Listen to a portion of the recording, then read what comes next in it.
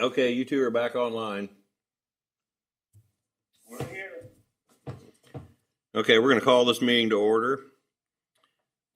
Just to clarify a few things, we have two members that are attending via phone for this meeting. There are two members present in the room, and we are going to ask Courtney to have a roll call.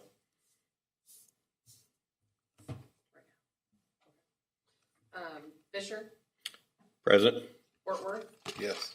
Dees, Here. Cogdill, Attending by phone here. Thank you.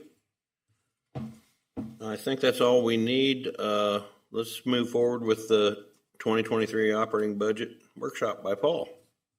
All right. We will jump right in. I think 3 of you out of the 4 were here when we did our workshop last year, so we won't go over in too much detail each of the departments, but I'll run through them real quick just to give you a heads up and a refresher. We have, I haven't counted, didn't write it down, 15 departments total, and so Department 2 is administration, Department 5 is information technology, Department 10 is SCADA, supervisory control and data acquisition, 11 is customer accounts, Department 12 is meter reading, Department 21 is electric distribution, 30 is non-cash expenses, things like depreciation, amortization, 31 is maintenance and all of those costs, 41 is water distribution, 50 is debt service, 51 is water treatment, 61 is stormwater, 71 is sewer collection, 81 is sewer treatment, and then 90 is all of our fringe benefits, your taxes, retirement plan contributions, medical insurance, things like that.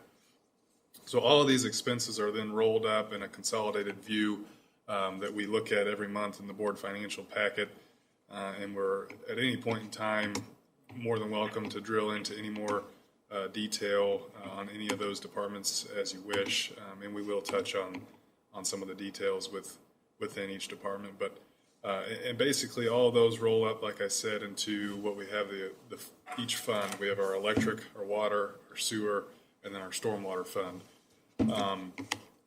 And so getting into fiscal year 23's budget a little bit.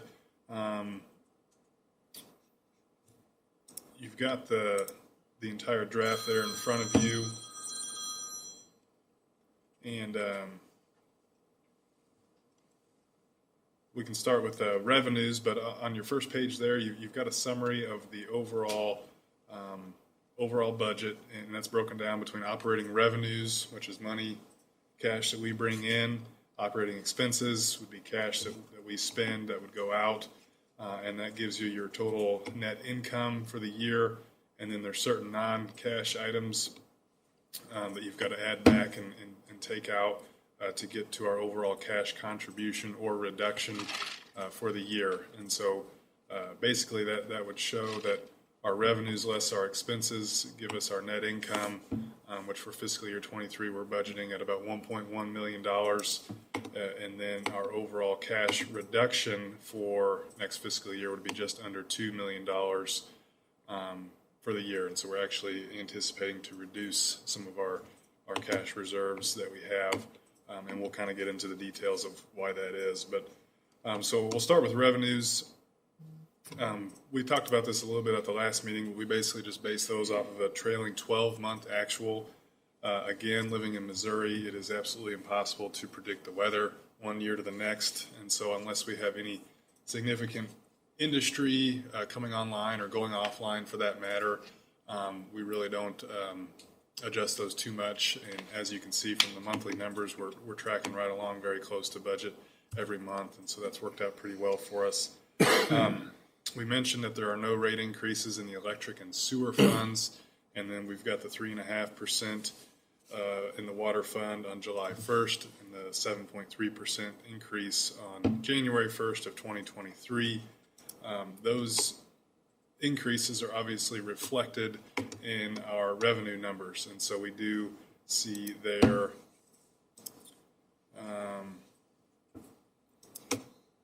on our overall, I'm going to get the page number for you guys here, be on page.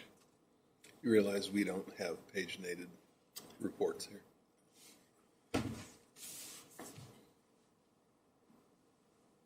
Oh, there it is. Yeah, I think it's page 6, and I think it kind of pops up there too. So if you click, what happens if you click? So it pops up there for a minute, and then it kind of goes away. So some of them do have page numbers, I think, but on page 6 that you were actually just on there was what I was looking at. Yeah, I'm there. Okay, sorry, page 7, where we compare the coming fiscal year to last fiscal year. You can see the kind of the larger increase in the water fund in the revenues, which is due to those rate increases. We're also showing slight increases in both the electric and sewer funds.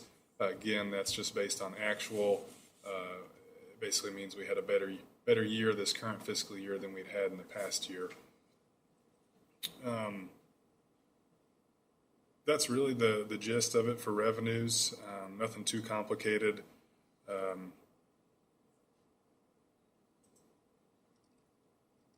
The taxes and transfer fees line item, again, that's just a direct pass-through, so that would net to zero. We bring that money in, and that money goes right back out. Taxes, obviously, to the state, and then the transfer fee, obviously, to the city.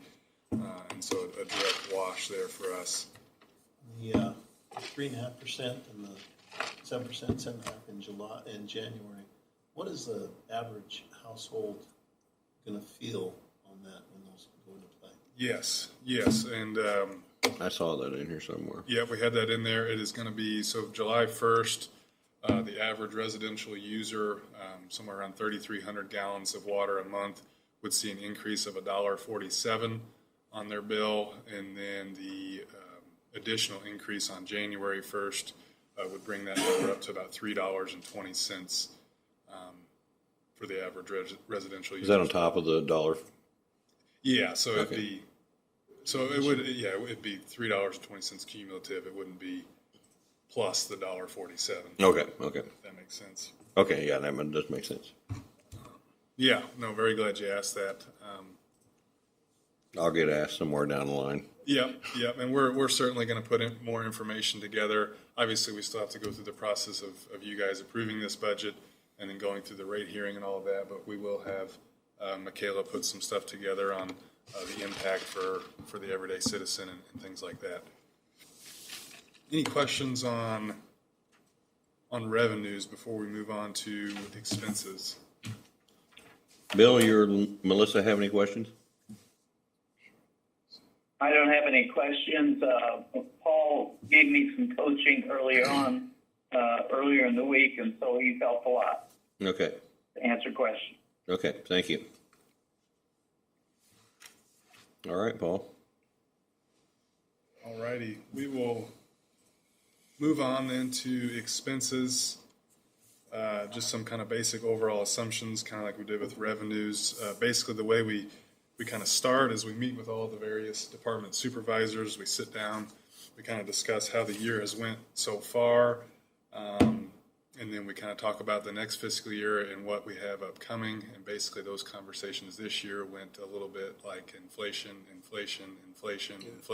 so a lot of that is reflected in this budget coming up. So obviously, we did assume significant inflation. If you had to boil it down to a number, it would be somewhere probably around 5%. The 10-year consumer price index, which is what the Department of Labor uses to base inflation off of, is only 2.4%. But you got to keep in mind that the average for calendar year 2021 was about 4.7%, and just in the last 6 months, it's been 6.8%.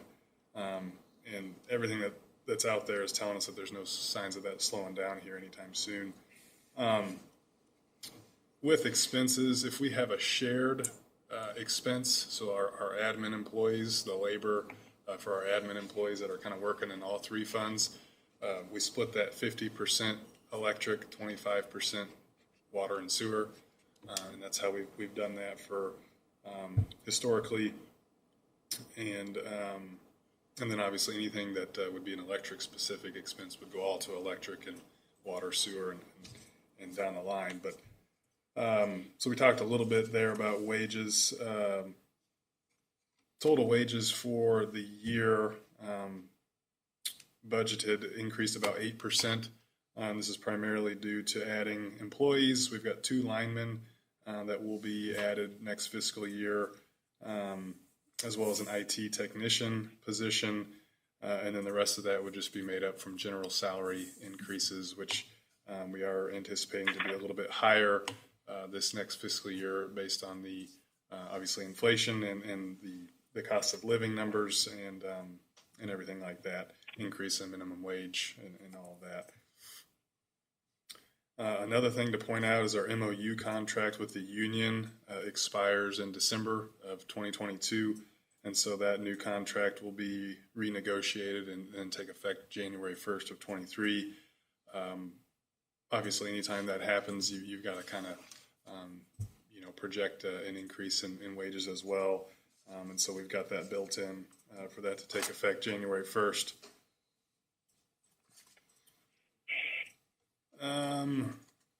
Just some other assumptions. We'll talk a little bit later about purchase power costs. That is by far the most significant expense that we have, and so we'll go into a little bit more of those details later. Vehicles is one thing I wanted to point out. Obviously, we're expecting an increase in fuel costs.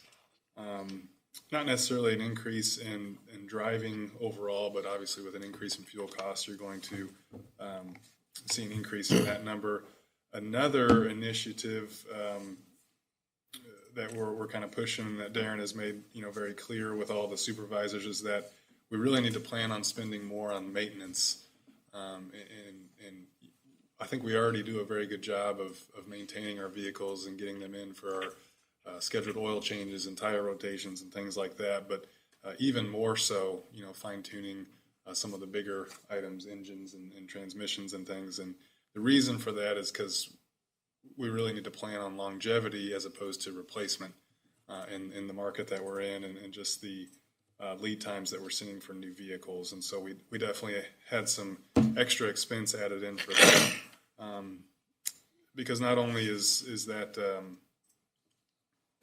something that we need to plan for, but it's also becoming more expensive. You take your car to the shop and you're going to feel it in the pocketbook, no doubt. So those are really the main assumptions with expenses. I had planned to kind of drill in a little bit deeper here, but first I'll do just a quick summary of what we're looking at for next fiscal year. So company-wide net income, so that'd be the electric, water, sewer, and stormwater funds combined, is projected to be $1.1 million. This is down from the current fiscal year 22 budget of $1.9 million. And the reason for that is higher projected operating expenses in all 3 funds, between materials and labor and the vehicles and things like that. Obviously, that's going to hurt the bottom line when you increase all of those factors. Another thing to look at is our cash contribution, or actually it's going to be a projected reduction for this coming year. That is a reduction of $2 million, and you compare that to a company-wide cash contribution of $1.1 million for the current year's budget. The reason that is significantly lower is we have a much more anticipated capital spending for next fiscal year. Again, I mentioned that we were planning on lowering cash reserves a little bit, and there's a ton of capital projects that we've had in the pike that we plan on spending that money on, and is much needed for improvements in our infrastructure and things like that. And so we'll get into some of those capital projects a little bit later as well. But if you're on page 7, you can kind of see that number broken out there. We have our net income of $1,171,000. You add back your depreciation because that is a non-cash item, and then you subtract your capital projects, which is projected to be $4,777,000. this coming fiscal year compared to just under $3 million in the current fiscal year. So definitely ramping that up, and we hope to really get out there and spend those capital dollars. So that's the kind of the summarized budget there in a nutshell. Any questions from that 30,000 foot level before we kind of drill down deeper into some of the bigger items? John?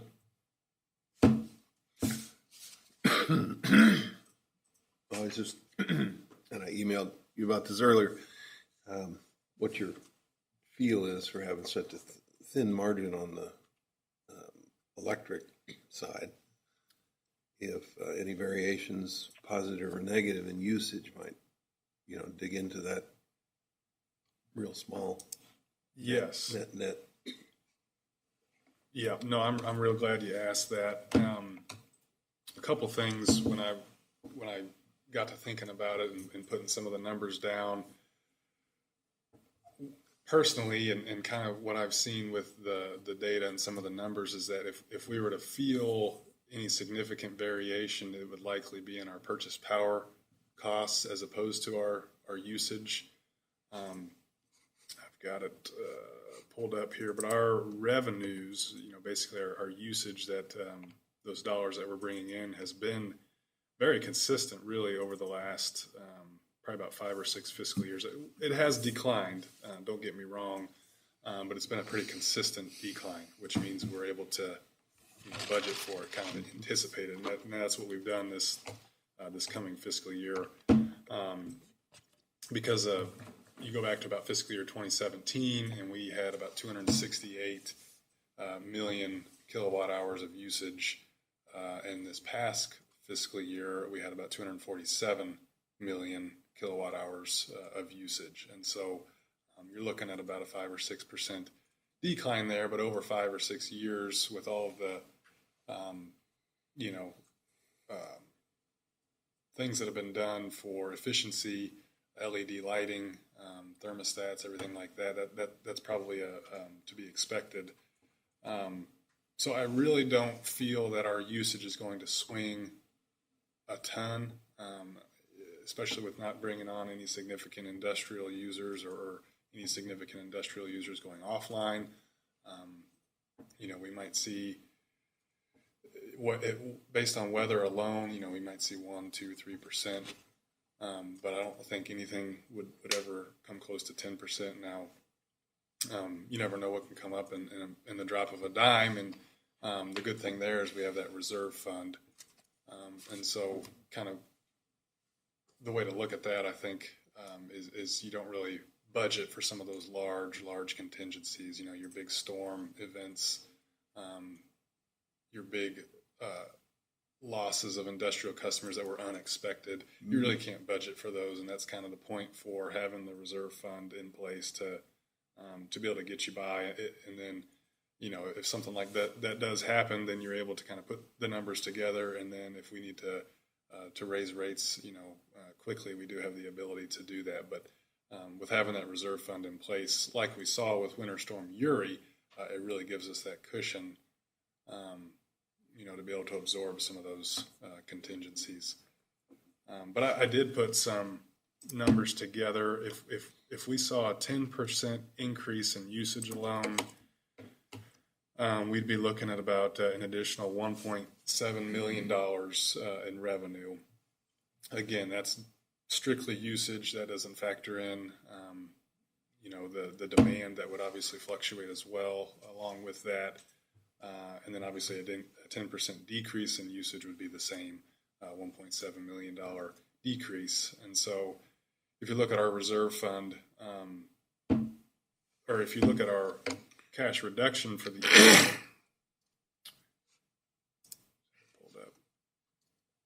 we're looking at net income of $383,000 in the electric fund. And then by the time you take out your capital projects and your debt principal, we'd have a cash contribution of basically a net zero, a wash, because those numbers have now been updated now that our financing came in today. So $1.7 million either way is significant, but we could always adjust that capital project number, and kind of back off some of those capital projects if we needed to as well, and kind of one of those dynamic scenarios that we can kind of adjust as the year goes on. So I don't know if that helps at all with your question, but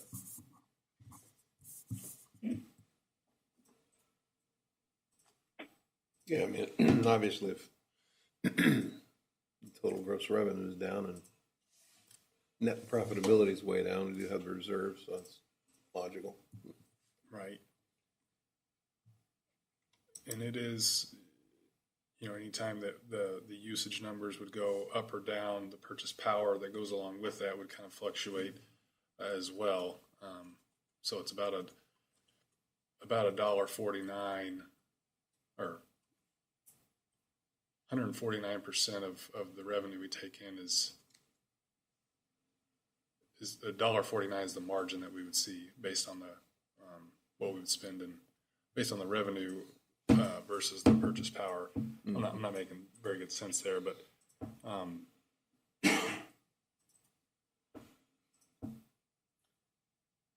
yeah.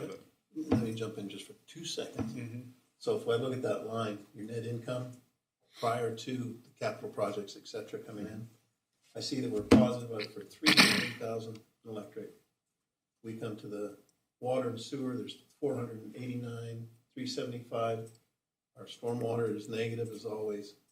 And then we do the capital. And most all of that capital we can actually be pulling from a reserve fund. And that's where, and so if we look at that, I look at that net income line, you're still in the black on every single one of our departments. When you start pulling from that reserve fund, we've said we're going to be pulling it down.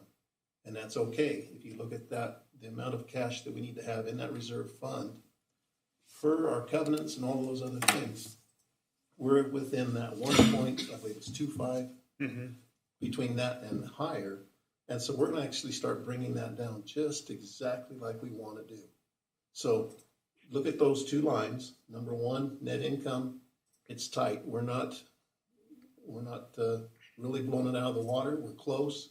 If you look at a $36 million revenue and we're only having a benefit of $380,000, that's really a tight margin. There's not a company around here that really could live on such a tight margin. That we should take and wave and say, look, we're being fiduciarily responsible. We're not gouging anybody. We're providing the best reliable, safe, cost-effective utilities that we can. And then we look at the capital and then starting to pull it down a little bit. That's exactly what we want to be doing. So I think this takes, and if you look at it that on kind of on a broad brush, we're really right on target and doing exactly what we need to do. Not gouging anybody, but we're providing everything that's needed to our customers and to our industrial base, and they should be happy with what we're providing. And we'll still go back and take and do those cost of service studies to make sure that we are right where we need to be for the future. Sorry, Paul. Yep, no, that's exactly right. Anything else, John? No. Bill, Melissa, do you have anything to add on that? No, I don't. Nope, I'm good. Okay. And John, you'd also mentioned in your email about rearranging the salary expense to account for those months that we have 3 pay because we pay bi-weekly. I think that's a great idea. So I've already done that. You'll see that reflected on the budget when we pass out the new on the April's board meeting. Dollars are all still the same. It's just But that way, you when can we're see it monthly. that way when we're comparing budget to actual next fiscal year, labor is going to be way over budget if we didn't budget for it that way otherwise. So that was an excellent idea. Okay, let's. Next page is page 8. That gives some pie charts and breaks out the revenues and expenses, so you can kind of see it there in a graph, and you can kind of see how much of revenues and expenses are devoted to the electric fund, and then how the water and sewer funds are really very, very even. And we go into a little bit more detail and break it out between your residential, your commercial, your industrial, as well as your miscellaneous and some other items on there. And we do that with electric, water, and sewer. So you can see that, on the electric side, the majority of your revenues are going to be made up in residential and industrial, and then a small portion to commercial. And then with water and sewer, the majority is actually coming from residential, and then the rest is mainly in commercial.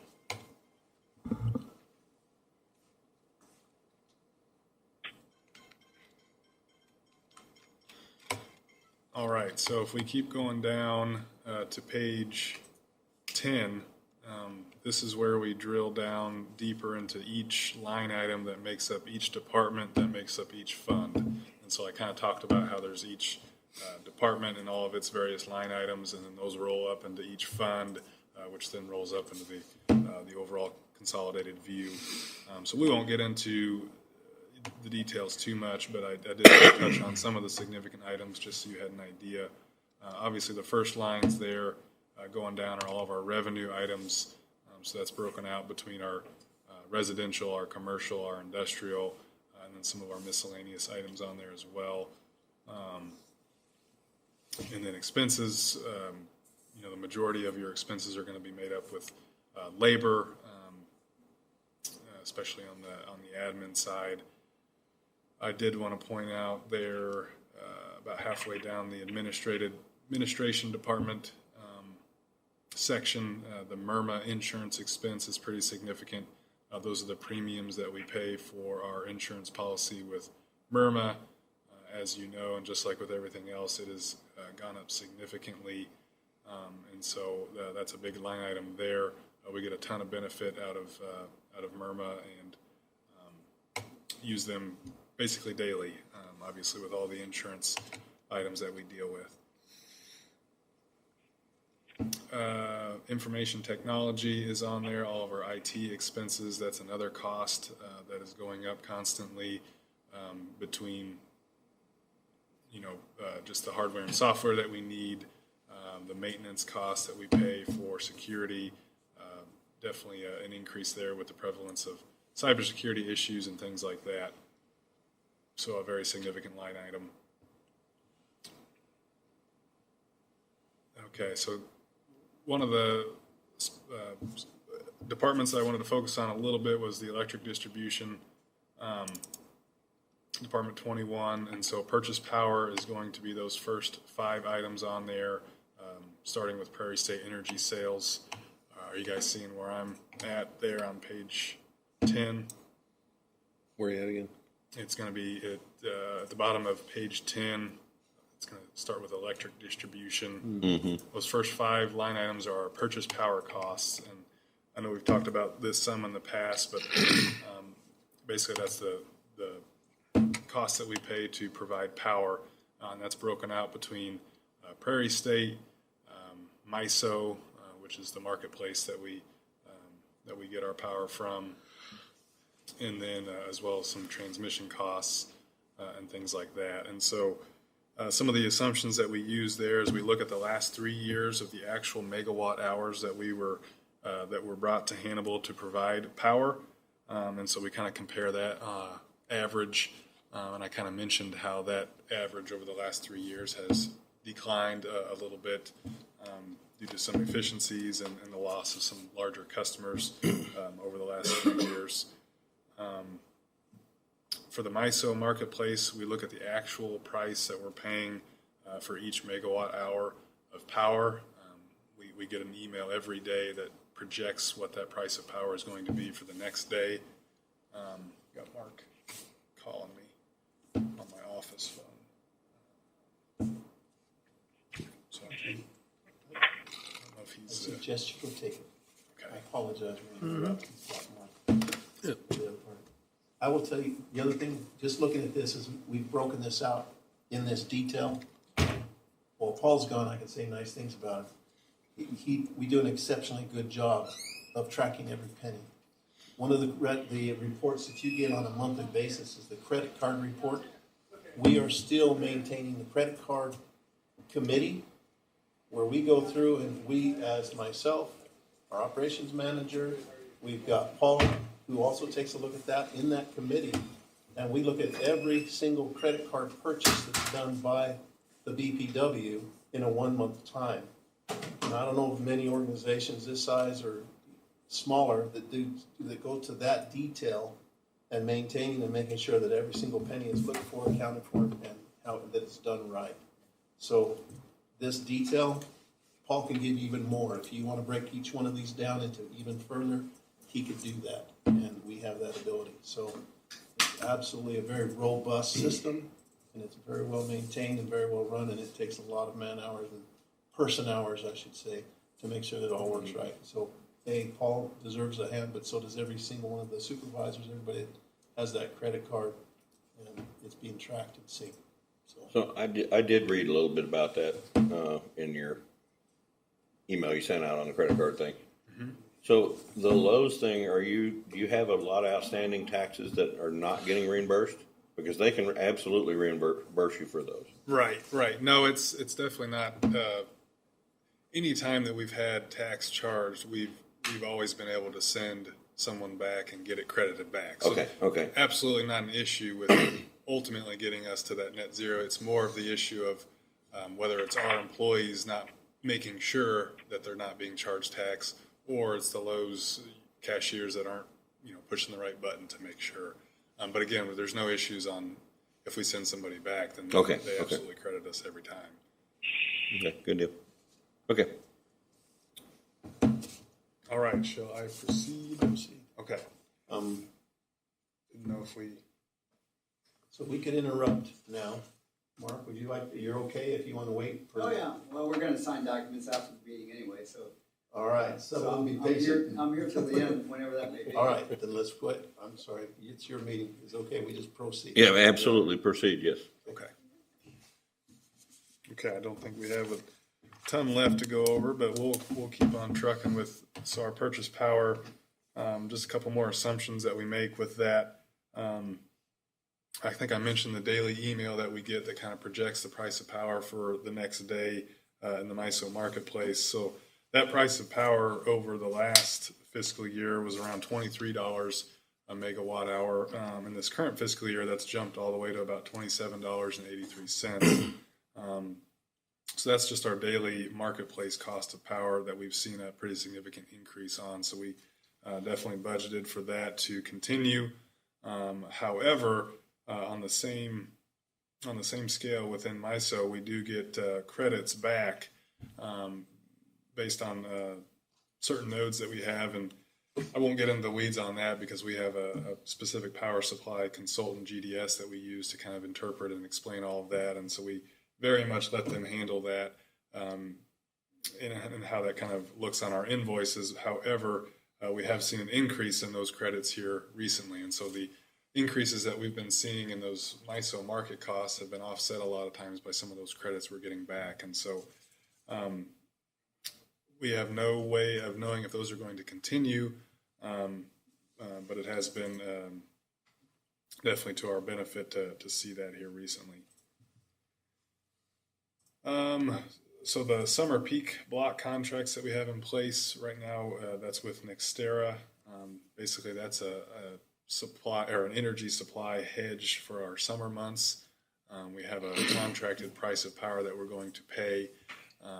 During the summer months, we see costs increase significantly. And so having that hedge in place locks us in at that fixed price, which has been very beneficial. That expires in September of this year. And so here in the next few months, actually, we'll be looking to replace that hedge for the next however long we can get the best pricing for. But again, GDS works with us in doing that. And so we'll certainly probably want to look at doing that again. With cooling in mind, do we have any idea what Jones Poultry expects on? Obviously, they're going to have a lot of refrigeration going on. Have we gotten anything from them yet on how much space they're cooling and what kind of power they're going to consume? Matt, I'm looking at you. Have we gotten any numbers? We got numbers on what we anticipate, but we don't know when that load is going to be on the system, and so it's hard to budget for it. Mm-hmm. This year, I think we're budgeting without it, and then it would just be an increase in revenue that we would realize at that point. Okay. There is some issues with getting the equipment here, so. Okay. Fair enough. And I know Buckhorn was our, a top 10 electrical user, and so I don't think we anticipate it coming anywhere close to what they used. But No. so that's kind of why we hadn't really, if it was going to be something like that, we would definitely want to Yeah, I don't get even, more of an exact date to kind of. I have no idea how many square feet they're planning on keeping it 40 degrees. So. Right. Prairie State, we have the Prairie State Capacity and Prairie State Energy that you see in there. Those are relatively fixed costs that we pay for, the materials that they use at that plant, the labor, the debt service on those units. So those costs really don't change too much from year to year. If we back up, though, and look at that Prairie State Energy sales cost, we've seen significant benefit. I've mentioned to you every month how we've been getting these credits back. As long as those plants are running well and they're meeting a significant portion of our load, anything that we're contracted for and we don't need to meet our load is sold back into the marketplace, and we get that benefit. So as long as those plants are running well and operating efficiently, we're seeing benefit on that. And so we've got that in there, which is an increase slightly from the year before, as long as those plants continue to run. I mentioned the increase in the MISO market cost, and so that is that wholesale energy purchase is going to be the largest increase from the prior year. So the current projection in our purchase power overall is an increase of $828,000, which is about 5.8%. And again, that's primarily due to the MISO marketplace. And a lot of that comes from that fear factor from Uri. Really, we've seen, obviously, natural gas prices increase significantly since then. You've heard Liberty mention it. And so that's kind of spread to just to electric cost as well throughout the market. And so we definitely expect that to continue. Really, the last item I think that I wanted to point out with electric is on that same page. It's our overhead lines, account 563, our tree trimming. You can see there that we're budgeting $685,000 for that next fiscal year. That significantly increased, and kudos to Jared and his guys. He's really out there doing a lot of work on our trees and getting things trimmed away from those lines to kind of cut back on any outages that we experience. Obviously, he's not going to be able to get all of them. We're still going to have outages, but he's really put in a lot of effort in getting those guys out there and trimming some of those back to kind of cut down on that. And with some of the big storms that we've had here over the past couple of years, I think everyone sees a need for that. And so we've increased that line item some as well. So that's not all contracted? Well, you're right. The majority of that is contracted.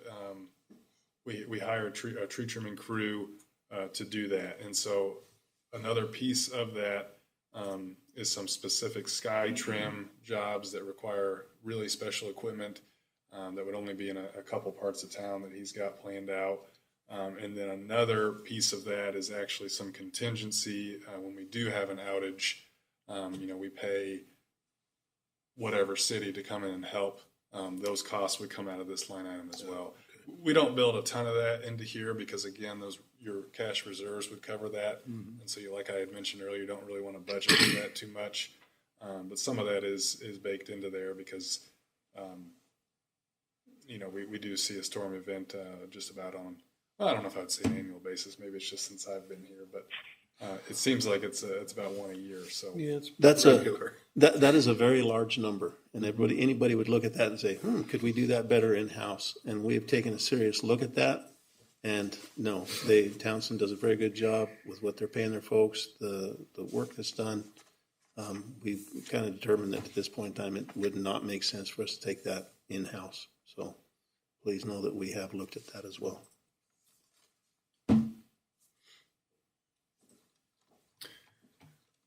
Okay. Really with the water and sewer funds expenses, a lot of those costs are going to be materials for your chemicals and things like that to treat the water and the sewage, which obviously are expected to increase. I think we've got about 10 or 15% adders on most of our chemical costs in there. And so with the exception of those materials and the labor, there's not really too much else to point out with water and sewer. It's really the last item I've got to go over is some capital projects, but before we kind of get into that, do we have any questions at all about any of these specific expense line items or anything else before we move on? Is the Myrma insurance situation our only real option, or is that something that's potentially commercially biddable? That's a good question. I don't know if we've ever looked at bidding that out or not. I know that as being a municipal, there are a lot of specific benefits that we get through Myrma. But that would be Mark Hickerson is who handles our Myrma account. We can definitely take a look. It's one of those things that I've shopped them around, and I've done in-state insurance, which is almost always the best way to go. But you can always shop it around a little bit and have someone take a look. I just not from that world. Yeah. And I'm assuming it's a pretty good deal. It's worth asking anyway. Don't know if we're spending months. Yeah, dealing with it's pretty. Oh yeah. You've got a lot of insurance folks that would love to jump in and take that and do it. You'd have to have someone pretty anxious to put the time into it because they have to know that they have at least a chance of beating Myrma. We can kind of, ask around, but I think for the majority of folks that we know, most of the municipals, Myrma is where you go. Okay. Bill, Melissa, do either one of you have any questions to this point? Nope, I'm Nothing good, underwater guys. and electric. You kind of ran over top of each other.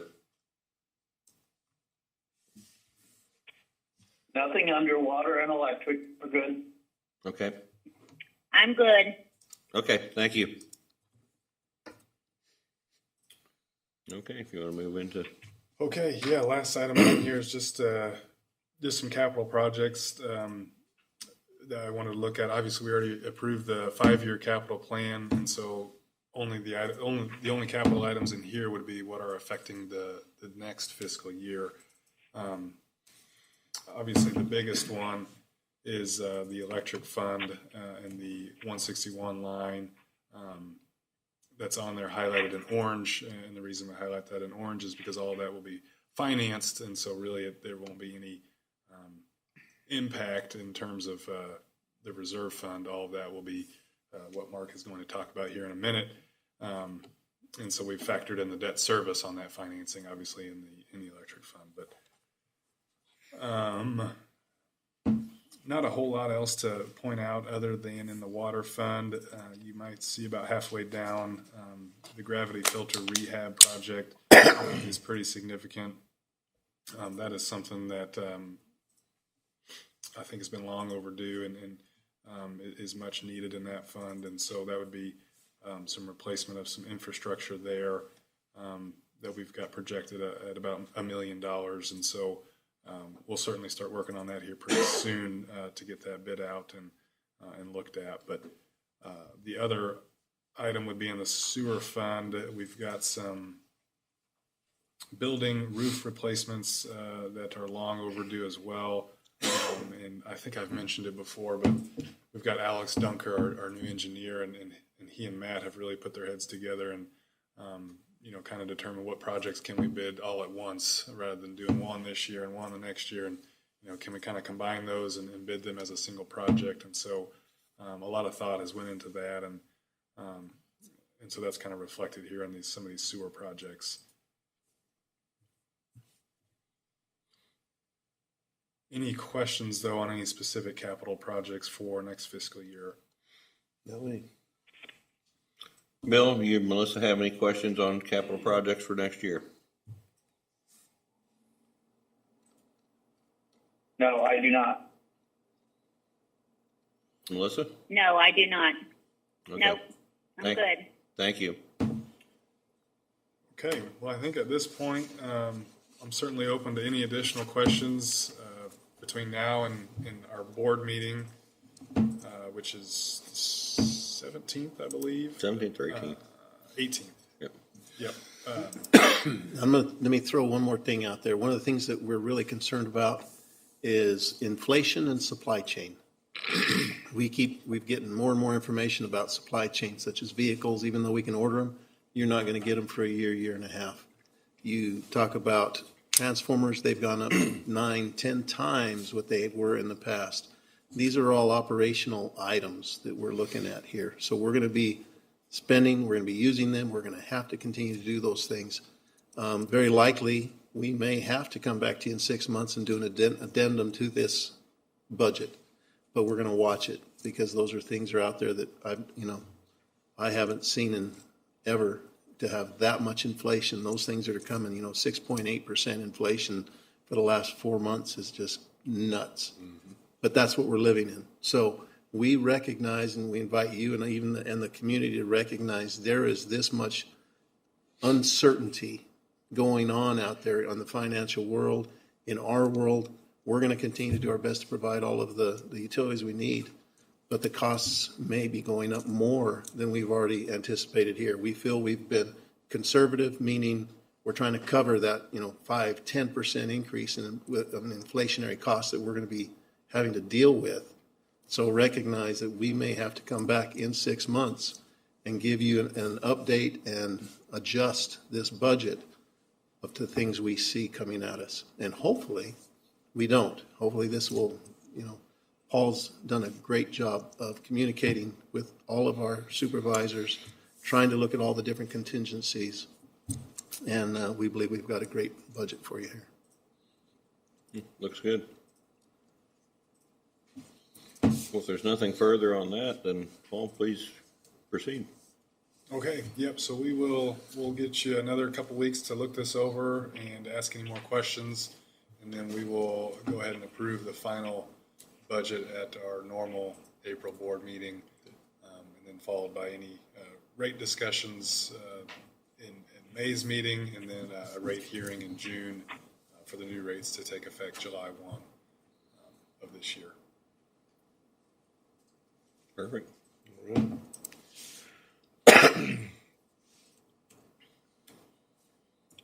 So we're moving on to Mark. Let's go to item 2, and then we'll go to Mark last. Sorry, Mark, I'll kick you off to the end. Oh, yes. Okay, yeah, got you. Item 2 or item 3? Item 3, I'm sorry. Okay. So we've got the bid award for construction of the Fin 161 line. Yes, we have gone out to bid for the construction of the 161 line. We actually had 4 bidders. They were all very good. They happened to have 2 of them that hit just above the engineer's estimate of cost for that construction. 2 of them hit below. The engineers have gone through and done their due diligence, making sure that all of them have all of their documents in a row and verified that they can do what they've committed to. The last paragraph of that letter says, therefore, it is the recommendation of BHMG to award the project to Integrated Power Company, IPC, as they conform to the technical requirements, can meet our schedule in service construction dates, and are the lowest bidder. And they are the lowest bidder at $1.216,985.85. And so we'll make sure we get them that 85 cents as well. And that is my recommendation. I believe I'm asking that you as the board approve myself to sign that contract and move it forward. Bill, you and Melissa catching all this on the 161 line? Yes, I am. Okay. Anybody have any further Yep, questions? I'm good. Anybody have any further questions on that? Hearing none, do I hear a motion?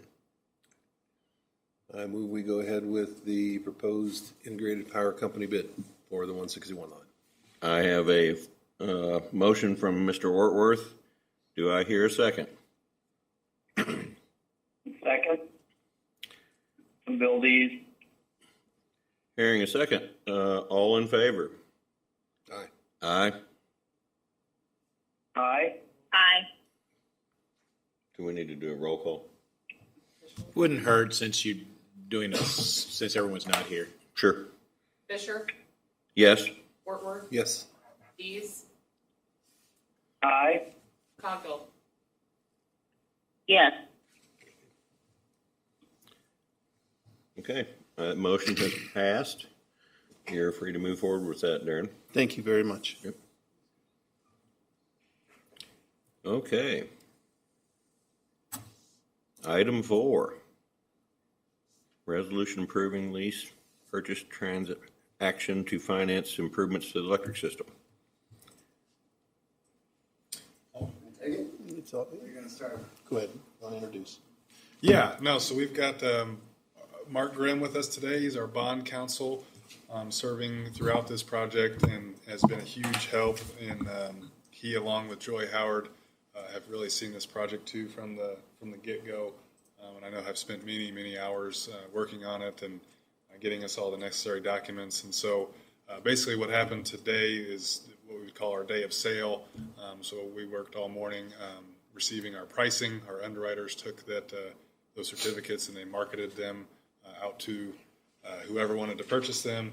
And those purchases then came in, which kind of set our overall interest rate. And I don't do a very good job of explaining it, but at this time, I'm going to turn it over to Mark to kind of go through that resolution on what you'll actually be approving here.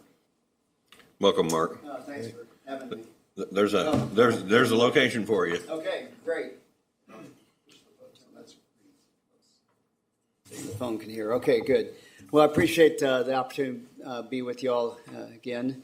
And so I know Mr. Lemon and Mr. Gordon, Mr. Fennell, feel like, Matt, you guys have been working on this bond issue, it seems like forever.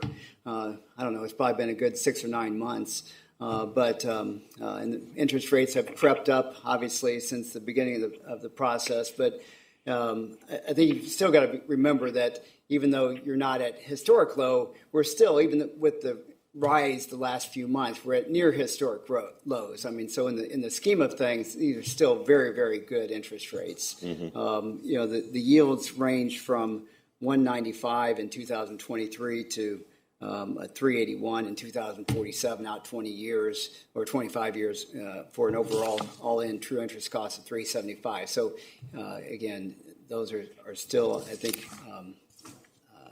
historically very good interest rates. So the resolution before you just authorizes the execution of all the documents.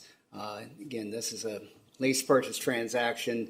The 3 substations will essentially be the leased property, essentially serve as a collateral for the transaction, but you're authorized to use the project fund monies for basically anything you want to use the money for, any capital improvement needs that you have. The plan is to execute the documents tonight, and then we'll close, have the council approval, final passage of an ordinance tonight, and then we'll have a close here in a couple weeks. So I'd be happy to answer any questions you have about the documents. Bill, Melissa, do you have any questions about any of the documentation or anything related to this? Yes, I do have one question. On page 18 of 19, and this is more, I don't think it's anything that will hold up the operation, but it's a heads up for the board members to make sure that we are aware of the disclosures and concerns from the underwriter. Particularly the underwriter's primary role is to purchase the bonds and is not a fiduciary, with the recommendation that the board have a municipal advisor at some point. those 5 or 6 bullet points, I think, are important that the board is aware of those and takes time to understand them. Is there any clarification there from Mark that we might need? Well, that's a very observant point, and so Joy Howard is the board's municipal advisor, financial advisor, and so. But you pointed out an important distinction that her loyalty and her fiduciary duty under her contract is to the board, and the underwriter has a fiduciary obligation to the bond purchasers. And so I think the board has its bases covered by having Joy represent solely the board's interests. Okay. Does that satisfy your curiosity, Bill? Yes, I just wanted to make sure that the board was aware of that position and that we're covered. Well, I appreciate your experience there, Bill. Any other further questions, Melissa? I'm good, Bill. Okay. So we need to make a motion here to approve this. And it's a roll call, I'm assuming. Yes. Okay, well, do I hear a motion? I move to approve the resolution approving the lease purchase transaction financing. Do I hear a I second? second the motion. Thank you, Bill. I second the motion. Okay, thank you. Yeah. All in favor? Aye. Aye. Fisher, Aye. Yes. Aye. Worth, Yes. Dees, Aye. Cogdill. Yes. Thank you. This motion passes. Thank I do have you. one question before you all adjourn. So I'd had some of the documents set up for attestation by the secretary, who I believe is Mr. Dees. So I don't know if there's an assistant secretary or if we want to have someone else attest. So refer to Mr. Lemon. My suggestion would be maybe because I don't know that we have a formally designated assistant secretary. Maybe by vote we could appoint Mr. Ortworth as the substitute secretary, and that way we would cover it, as long as you feel comfortable with that on your docs. You need a motion to do that. Yeah, we need a motion to approve a temporary secretary to sign the documentation related to the resolution approving a lease purchase transaction to finance improvements to the electric system. Do I hear a motion? So moved. Motion from Bill Dees, so moved. Do I hear a second? Second. All in favor? Aye. All right. Do we need to do Aye. Aye. it? I'd go ahead and do a roll call. We're going to do a roll call, Bill. Melissa, hold on. Fisher, Yes? Okay. Ortworth, Yes. Dees, Aye. Cogdill. Yes. Thank you. Okay. Anything else? No. We got to sign some documents then. Yeah. Okay, well, I need a motion to adjourn. Motion to adjourn. Do I hear a second? Second. A second. Roll call, Fisher, Third. Yes. Ortworth, Yes. Dees, Yes. Cogdill. Yes. Thank you. This meeting is officially adjourned. Thanks for your work. Bill, Melissa, thanks for taking the time to do this.